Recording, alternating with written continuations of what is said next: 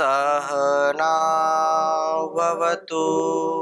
सहनौ भुनक्तु सह वीर्यं करवावहै तेजस्विनावधीतमस्तु मा विद्विषावहै। ओम शांति शांति शांति। वैदिक जीवन पद्धति की इस कक्षा में आप सबका हार्दिक स्वागत है। बहुत अच्छा प्रसंग चल रहा है। पंच महायज्ञों में जो सर्वप्रथम यज्ञ है वो है ब्रह्म यज्ञ अर्थात संध्या, और हमने कई मंत्रों का स्वाध्याय किया। अब उपस्थान मंत्रों में से अंतिम मंत्र का हम स्वाध्याय कर रहे थे, जिसमें ये कहा तक चक्षुर्देव हितम पुरस्ताक शुक्रमुच्चरत पश्येम शरदः शतम जीवेम शरदः शतम शृणुयाम शरदः शतम प्रब्रवाम शरदः शतमदीनास्याम शरदः शतम भूयश्च शरदः शतात्।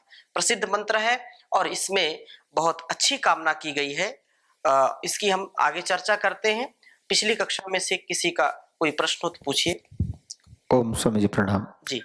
जैसे स्वामी जी हम लोग इन मंत्रों का उच्चारण कर रहे हैं, इन मंत्रों को करते जैसे हम यज्ञ करते हैं तो यज्ञ करते हुए यज्ञ तो कर लेते हैं, लेकिन उस समय जो उसका भावार्थ होता है वो हमारे चित्तपटल पर नहीं आता। कई बार हमें उसका भावार्थ पता नहीं होता है, तो क्या उसका लाभ उतना मिल पाता है हमको या नहीं मिलता है? तो किस प्रकार से उसको समझा जा सकता है कि यदि मंत्र उच्चारण करें तो हम उसका पूरा लाभ ले सकते हैं?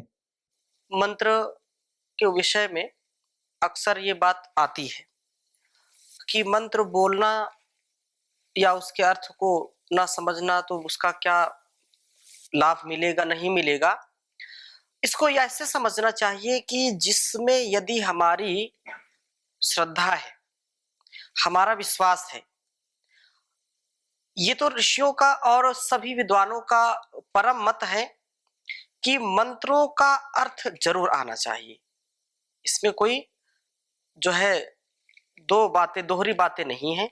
मंत्र का अर्थ जब व्यक्ति को पता चलेगा तो तदनुसार वो आचरण करेगा तो उसको उसका लाभ मिलता है, उसकी भावना और अच्छी होती है उसके प्रति। परंतु कुछ चीजें ऐसी होती हैं कि हम करते हैं, मानते हैं, लेकिन जानते नहीं है, उसका भी परिणाम हमको मिलता है, उसका लाभ मिलता है। जैसे छोटे बच्चों को आप मंत्र उच्चारण करवाते हैं तो बच्चों के मन में या बड़ों के मन में, बड़े भी ऐसे हैं कि जाप तो करते हैं, गायत्री जाप करेंगे, लेकिन सबको गायत्री का अर्थ आता नहीं है। लेकिन उससे क्या लाभ मिलता है, थोड़ा सा आंशिक रूप में मैं केवल बताना चाहूंगा कि जब हम मंत्रों को हृदय की गहराइयों से श्रद्धा भक्ति भावना से बोलते हैं तो उससे हमारी भावना जुड़ जाती है, उससे हमारे अंदर शांति का आधान होता है, उससे हमारी जो है तनाव की स्थिति होती है, बहुत ज्यादा हम स्ट्रेस में रहते हैं, बहुत ज्यादा जो है चंचलता में रहते हैं या ऐसे दुखी होते हैं, तो एक जब भक्ति भाव से हमको बताया गया कि ऐसे मंत्र पाठ करो। अब हम जानते नहीं इसका क्या अर्थ है। जैसे कोई भी मंत्र, जैसे राम राम जपो, गाँव बोल राम राम जपो, लेकिन राम नाम लेते ही लोगों के अंदर श्रद्धा का भाव, उसके अंदर शांति का भाव उत्पन्न होता है। ओम नमः शिवाय, अब ओम नमः शिवाय बोलते हैं लोग, लेकिन ओम नमः शिवाय जो बोलने वाले हैं उनसे आप पूछो तो 100 में 2 4 10 को ही उसका अर्थ पता होगा, लेकिन इतनी भक्ति के साथ उसको करते हैं और वो समय बिल्कुल उनकी जो चित्तवृत्ति है वो चंचलता से रहित होती है, शांत होती है और उनको बड़ा रस उसमें आता है।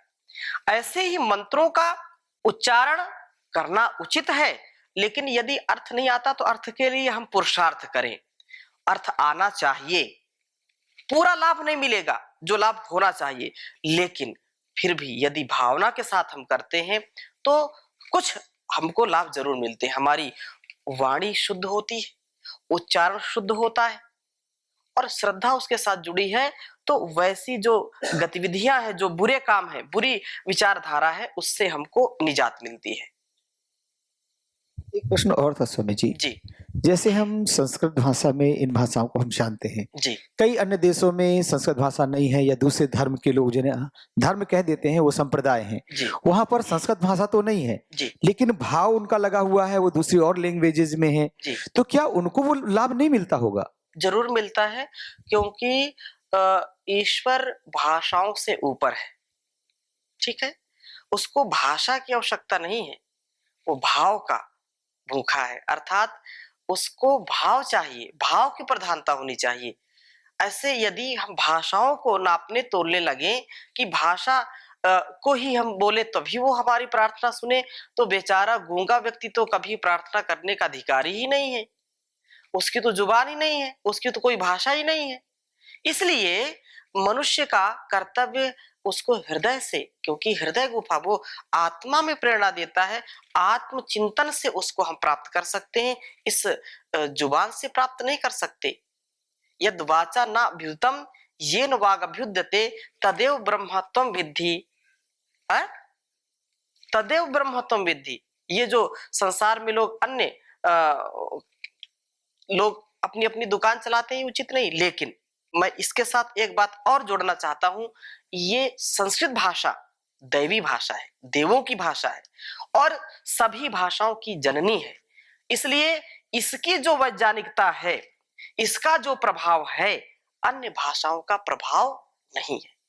संस्कृत भाषा बोलने से जो शरीर में, जो हमारे चित्तवृत्ति में, हमारे सारे अंगों में जो प्रभाव होता है, वो आज विज्ञान भी उसको मानता है, इस पर रिसर्च चलते हैं, खोज चलती है कि, और ये आधुनिक उपकरणों के लिए भी, कंप्यूटर आदि के लिए भी, या जो यहाँ से संदेश भेजते हैं उसके लिए भी संस्कृत भाषा बहुत अच्छी है, इससे अच्छी कोई भाषा नहीं है। तो यहाँ कोई नहीं जानता है तो उसको जानना चाहिए। जी, और किसी कोई प्रश्न? स्वामी जी ये कहना चाहेंगे श्रेष्ठता का हमें वर्ण करना चाहिए कहीं पर भी हो? जरूर जरूर करना चाहिए। आए इस मंत्र को समझने का प्रयास करते हैं, आप भी एक बार उच्चारण करेंगे। ओम तक्षुर्देवहितं पुरस्तात् शुक्रमुच्चरत्।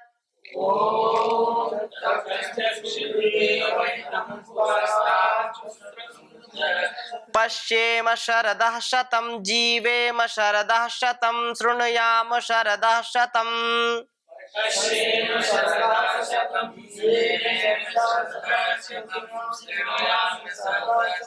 प्रब्रवाम शरदः शतमदीनाः स्याम शरदः शतं भूयश्च शरदः शतात्।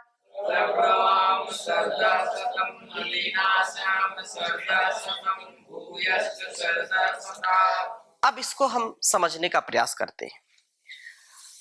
बहुत प्रार्थनाएं की जाती हैं कि हमारा जीवन बहुत श्रेष्ठ हो, बहुत ज्येष्ठ हो, और कोई भी व्यक्ति जीवन में किसी भी न्यूनता को प्राप्त नहीं करना चाहता है, हर प्रकार की उसको उत्तमता चाहिए, मतलब बेस्ट क्वालिटी चाहता है। और बेस्ट क्वालिटी चाहने मात्र से नहीं होती बात, उसके लिए उसको मनसा वाचा कर्मणा, तन मन धन उसके लिए लगाना पड़ता है, एक एक पल पल उसके लिए जीना पड़ता है। तो यहाँ उपस्थान मंत्र में जो ये बात कही कि हमारा यह जीवन कैसा हो, तो तत् वह ब्रह्म चक्षु, सबका जो दृष्टा है, सबका जो मार्गदर्शक है, तत् चक्षुर, जो सबका आंख बना हुआ है, बिना उसकी शक्ति के आंख देख नहीं सकती, उसकी शक्ति से ही देख सकती है, नहीं तो इसकी कोई जो है औकात नहीं कि ये देख सके। धर्मात्मा का परम हितकर तथा पुरस्तात्, अनादिकाल से सृष्टि के पूर्व से वर्तमान रहने वाला तथा उच्चरत, उत्कृष्टता से सब जगत का जाता, तत् उस ब्रह्म को हम शरदा शतम पश्चिम 100 वर्ष तक देखें। उसकी जो ये कारीगरी है, जो पहले मंत्र में हमने पढ़ा था, उसको हम कब तक देखें? 100 वर्ष तक। इसका तात्पर्य ये नहीं है कि 100 वर्ष तक देखें, उसके बाद ना देखें, यदि उसके बाद जीवन है तो भी देखें, लेकिन 100 वर्ष की कामना की गई है। 100 वर्ष तक कम से कम हम देखें और 100 वर्ष के बाद भी देखें। तत उस ब्रह्म को हम श्रद्धा शतम पश्येम, 100 वर्ष तक देखें, अर्थात 100 वर्ष तक मेरी आंखों की रोशनी बनी रहे, इसमें तेज बना रहे। क्योंकि जैसे वार्धक्य आता है, वृद्धपन आता है, आंखें धुंधली हो जाती, आंखें देख नहीं पाती, पहचान नहीं पाती। लेकिन एक साधक की जो प्रार्थना है वो कहता है कि मैं 100 वर्ष तक देखने का सामर्थ्य प्राप्त करूं, ऐसी कामना है, ऐसी मेरी भावना है। 100 वर्ष तक जीवेम श्रद्धा शतम, उस ब्रह्म को हम श्रद्धा शतम 100 वर्ष तक देखें और जीवेम अपि, 100 वर्ष तक प्राणों को धारण करें, जिए। श्रद्धा शतम श्रृणुयाम, ये कान मेरे 100 वर्ष तक सुनने वाले हो, ऐसा नहीं कि 60-70 वर्ष की आयु में सुनना बंद हो जाए। और मंगलकारी वचनों को मैं सुनता रहूं, सत्संग का आनंद लेता रहूं। सत्संग का आनंद लेने से मेरे जीवन में मंगल आएगा। और आप तो वचनों को सुने, शतम श्रद्धा प्रब्रवाम, और 100 वर्ष तक उसी के सद उपदेशों का, वेदोक्त आधारित ज्ञान का उपदेश करें। शतम श्रद्धा अदीना श्याम, 100 वर्ष तक दीनता रहित होकर के 100 वर्ष तक जिए, लेकिन जो गरीबी में ना जिए, निर्धनता में ना जिए।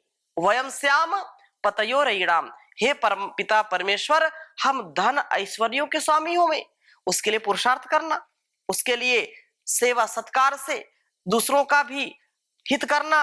100 वर्ष तक दीनता रहित होकर के जिए। और शतात श्रद्धा भूया, अंतिम बात जो कही कि 100 वर्ष से भी अधिक देखे, जिए, सुने, पढ़े और उपदेश करें। अदीनः जो है, हम दीनता हीनता से ऊपर रहे, दीनता हीनता हमारे अंदर ना आए। हम 100 वर्ष से भी अधिक, क्योंकि 100 वर्ष तक ही नहीं, आगे कहा भूय श्रद्धा शतत, ये श्रद्धा शतात कि हम 100 वर्ष भी अधिक आयु को प्राप्त हो। लेकिन आज की स्थिति क्या है कि आहार भी शुद्ध नहीं है, व्यवहार भी शुद्ध नहीं, विचार भी शुद्ध नहीं, तो 100 वर्ष तक कैसे जिएंगे? ये विचारणीय है। परमात्मा तो 100 वर्ष तक की आयु दे देगा, ठीक है, लेकिन हम जब अपने आहार में जो है संयम नहीं बरतते, जीतव्यम चाहे मर्तव्यम हचक भोजन कर्तव्यम है, कितना भी जो है हम कोशिश करें, जब तक रसना की वासना में हमको नियंत्रण नहीं आएगा, रसना की वासना में ना फंसना, ये यदि हम करें तो जीवेम श्रद्धा शतम घटित हो सकता है। यदि अपनी जुबान पर नियंत्रण रखें, लोग उल्टा सीधा खाते, जो नहीं खाना वो भी खाएंगे और 100 वर्ष तक कैसे जिएंगे? भाई सामान 100 वर्ष का है, पल की खबर नहीं। 100 वर्ष का सामान तो दे दिया, 100 वर्ष का जीवन दे दिया, लेकिन उसको पालना पोसना, कैसे रक्षा करना, वो तो हमको करना चाहिए। मिलावटी सब कुछ है तो आंखें कैसे काम करेंगी?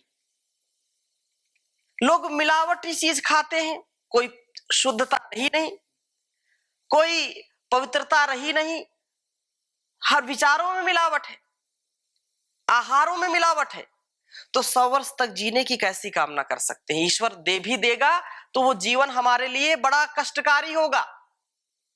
भाई 100 वर्ष का जीवन दे दिया, देख नहीं पाते आंखें, अब 2-4 को पीछे पीछे लगाओ कि पकड़ो हाथ, ले चलो इधर उधर, तो वो भी भार दूसरे के लिए। सुनाई नहीं पड़ता, वो कुछ बोल रहे हैं, वो कुछ सुन रहे हैं। ऐसी स्थिति में कैसे जीवन को जिया जा सकता है? इसके लिए अपने आहार विचार व्यवहार को बहुत अच्छा करना पड़ेगा, दिनचर्या अच्छी करनी पड़ेगी, जो वैदिक जीवन पद्धति उसको जीना पड़ेगा, अष्टांग योग का पालन करना पड़ेगा, वेदोक्त आचरण करना पड़ेगा, तो जाकर के हमारा जीवन ये शतात होगा, 100 वर्ष से भी अधिक का हो सकता है। ऑक्सीजन की कमी है, चारों ओर प्रदूषण है, कैसे जिएंगे?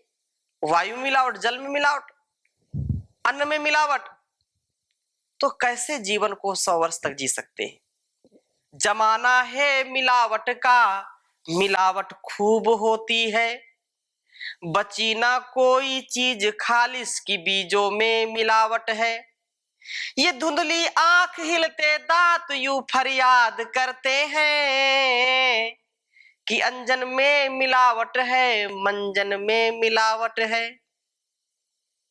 कहा बीमारियों ने आओ मिल करके करे हमला, कि अब कोई नहीं खतरा, दवाओं में मिलावट है। कैसे 100 वर्ष तक जिएंगे बताइए? नहीं जी सकते। नस्ली घी नजर आया, नस्ली दूध ही चखा, नस्ली घी नजर आया, नस्ली दूध ही चखा, पले गोदी की आया में कि ममता में मिलावट है। ममता में मिलावट हो गई, जो माँ का प्यार मिलना था बचपन में वो तो मिला नहीं। वो बच्चे को जो है ये 10,000 या 5,000 जो भी एक नौकरानी रख ली, उसी को बोले इसको पालो पोसो। पिता भी नौकरी कर रहा 50,000 की, माता भी नौकरी करी 50,000 की। अब जो संस्कार वो धाई देगी, वो जो है आया देगी, तो कैसे बच्चा 100 वर्ष तक जिएगा? उसको फिर वो जो है क्या उसको बोलते हैं, दूध की जो बोतली होती है, हाँ, वो दूध की बोतल उसको जो है मुंह में लगा दिया, बस निप्पल। तो वो जीवन में कभी उस संस्कारित नहीं हो सकता। तो बचपना जो है बोतल में चला गया, और फिर जब नौजवान होगा तो भी उसको बोतल चाहिए, बिना बोतल के चलेगा नहीं।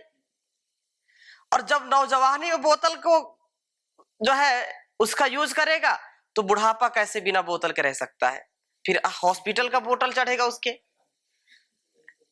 है? तो ये जीवन तो ऐसे ही चला गया। कैसे 100 वर्ष तक व्यक्ति जिएगा? आप विचार करिए जरा।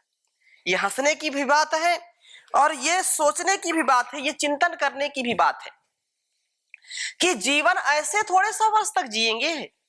इसीलिए आज 60 वर्ष भी लोग ज्यादा पार नहीं कर पाते, जल्दी ही राम नाम सत्य हो जाता है। अपने आहार विचार व्यवहार को हमको ठीक करना पड़ेगा, अपने संस्कार को ठीक करना पड़ेगा, तब ये बात घटित होगी। ईश्वर तो खूब दे रहा है, कितना ले सकते हो लो, तुम 400 वर्ष जियो। और लोग जिए भी हैं, लोग जिए भी हैं जिनके जीवन में नियंत्रण है, संयम है, विवेक है, वैराग्य है, मर्यादा है, अनुशासन है, वो लोग जी सकते हैं। लेकिन आज की स्थिति बहुत गंभीर है। अस्तु, आगे चर्चा करते हैं।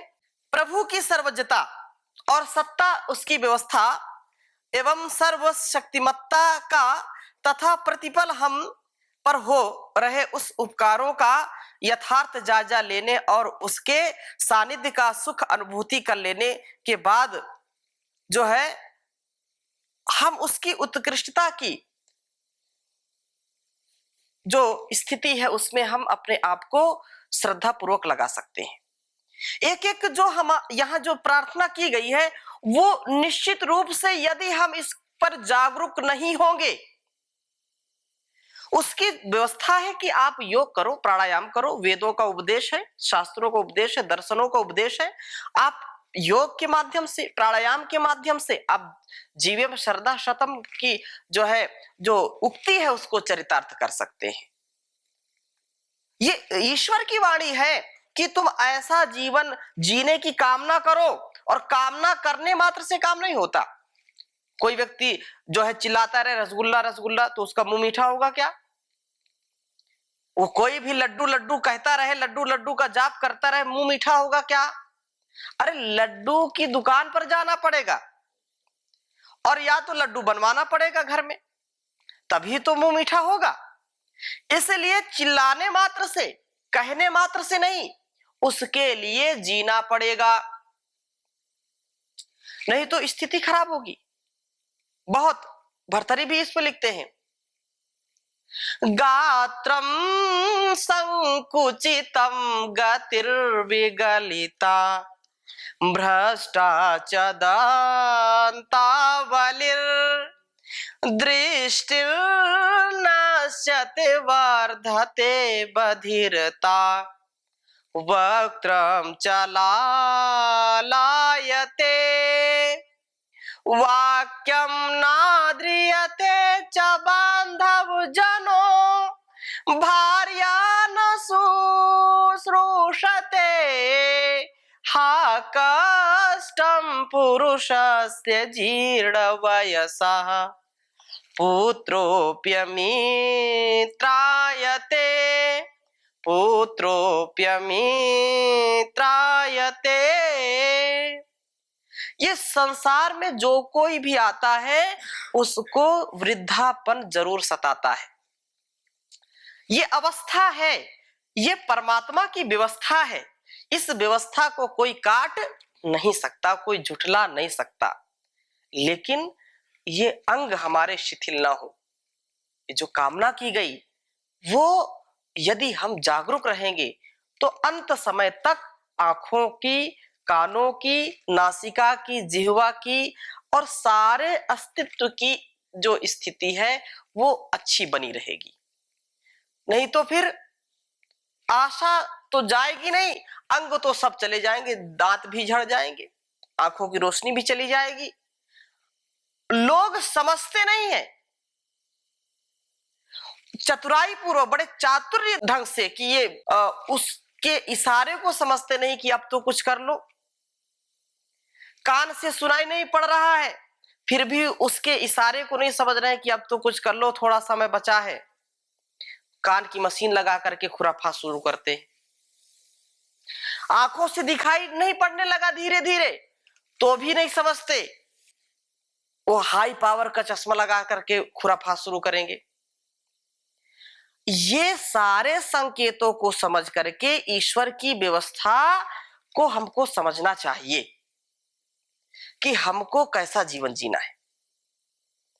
चतुराई से काम नहीं चलता। अतः जो ईश्वरीय व्यवस्था है उसको समझें।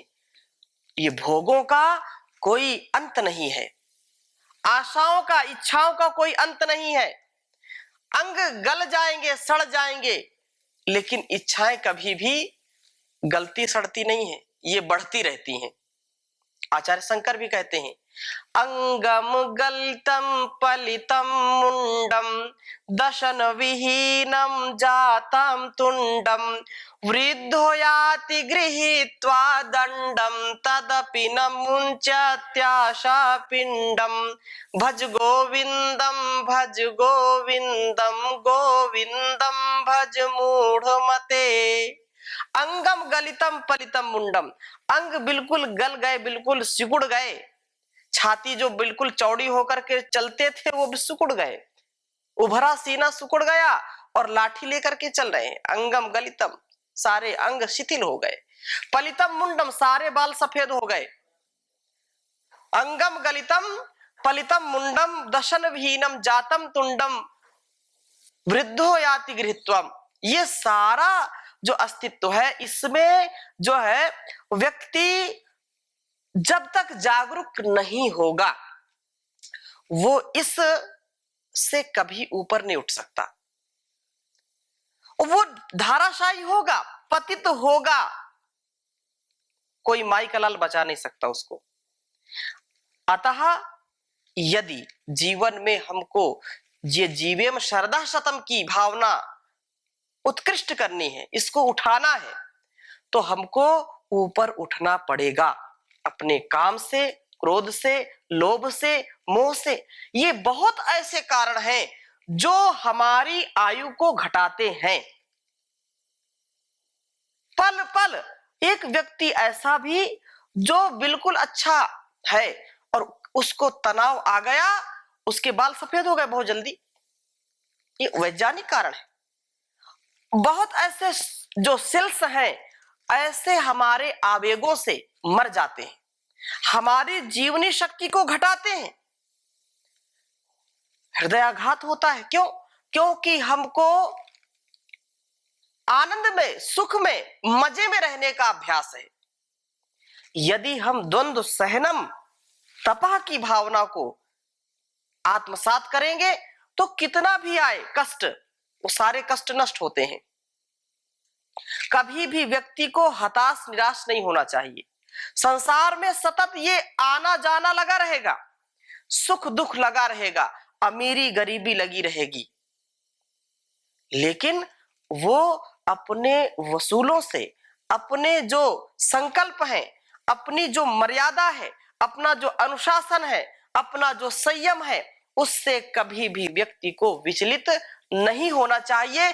यदि 100 वर्ष तक की कामना करता है तो जो सूरज उदय हुआ है वो ढलेगा, लेकिन कम से कम उसके जब जो उदय हुआ है तो उदय होने दो, उसको प्रकाशित होने दो, संसार को प्रकाश देने दो।